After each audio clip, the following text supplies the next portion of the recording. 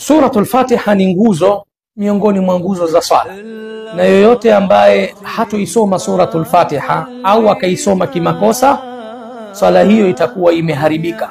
Anas radhiyallahu anhu marfu'an ila Nabii sallallahu alayhi wasallam anapokea hadithi hii, man salla, yoyote atakayesali sala yoyote, walam yaqra fiha bi ummi alquran, na hakusoma ndani yake ummi alquran, yani Suratul Fatiha, fahiya khidaj, basi sala yake itakuwa khidaj, kwa maana ya yani naqisa, ina upungufu, haijakamilika. Kwa hiyo lazima uisome Suratul Fatiha katika mfumo na njia zilizokuwa sahihi. Matamshi uyatoe vizuri ya herufi zilizokuwemo katika Suratul Fatiha. Kwa hiyo yoyote atakayesoma Suratul Fatiha akapunguza chochote katika Suratul Fatiha, hata kama ni herufi moja, swala ameharibu mwenyewe. Au akarudia aya kwa maksudi bila ya kuwa na dharura yoyote inompelekea kurudia ile aya, ima labda tuseme kasahau, au anarudia kwa kurekebisha kosa lilolifanya, anarudia tu kwa maksudi, swala pia imeharibika. Mfano akasoma hivi: Bismillahirrahmanirrahim, alhamdulillahi rabbil alamin, alhamdulillahi rabbil alamin.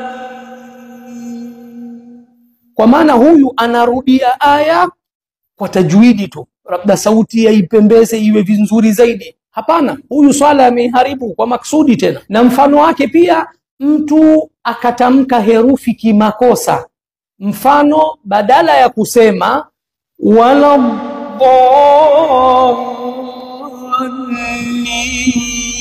dhalin, yeye akakosea. Sasa badala ya badi akatamka zwadi, akasoma hivi wala dhalin.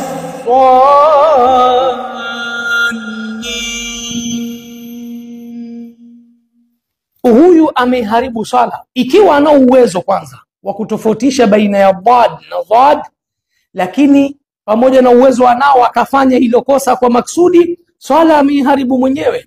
Na mfano wake pia kwenye shadda. Katika Suratul Fatiha kuna shadda 14. Naomba hili lisiangaliwe kwa makini. Shadda hizi katika lugha ya Kiarabu, shadda maana yake ni herufi mbili. Kwa hiyo usipoweka shadda, maana yake herufi moja umeiangusha, umebakia na herufi moja. Maana yake wewe umepunguza herufi. Kwa maana hiyo ukipunguza herufi, swala yako umeiharibu. Mfano, nitasoma sehemu zilizokuwa na shadda hizi 14 ili mtu ajihimize katika kutamka hizi shadda pale anapoisoma Suratul Fatiha. Bismillahirrahmanirrahim, alhamdulillahi rabbil alamin, arrahmanirrahim, maliki yawmiddin, iyyaka na'budu wa iyyaka nasta'in. Hapa kwenye iyaka wengi wanakosea. Unamkuta mtu anasoma iyaka, sio iyaka, ni iyaka. Kuna shadda hapo. Iyyaka na'budu wa iyyaka nasta'in. Ihdina siratal mustaqim, siratal ladhina an'amta alayhim, غير المغضوب عليهم ولا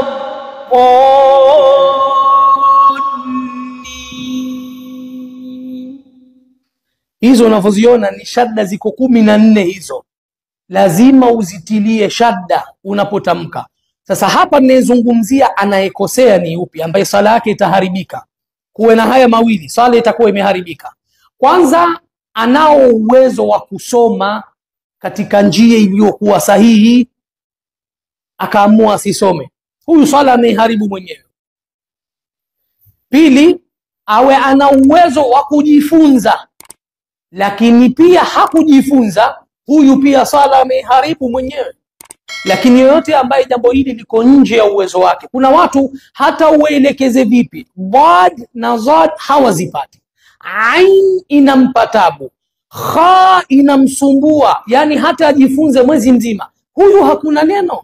Allah hamkalifishi mtu jambo ambalo liko nje ya uwezo wake. Kwa hiyo naomba tuzingatie katika kusoma suratul Fatiha.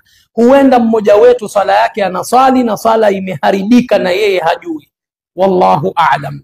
Assalamu alaykum wa rahmatullah.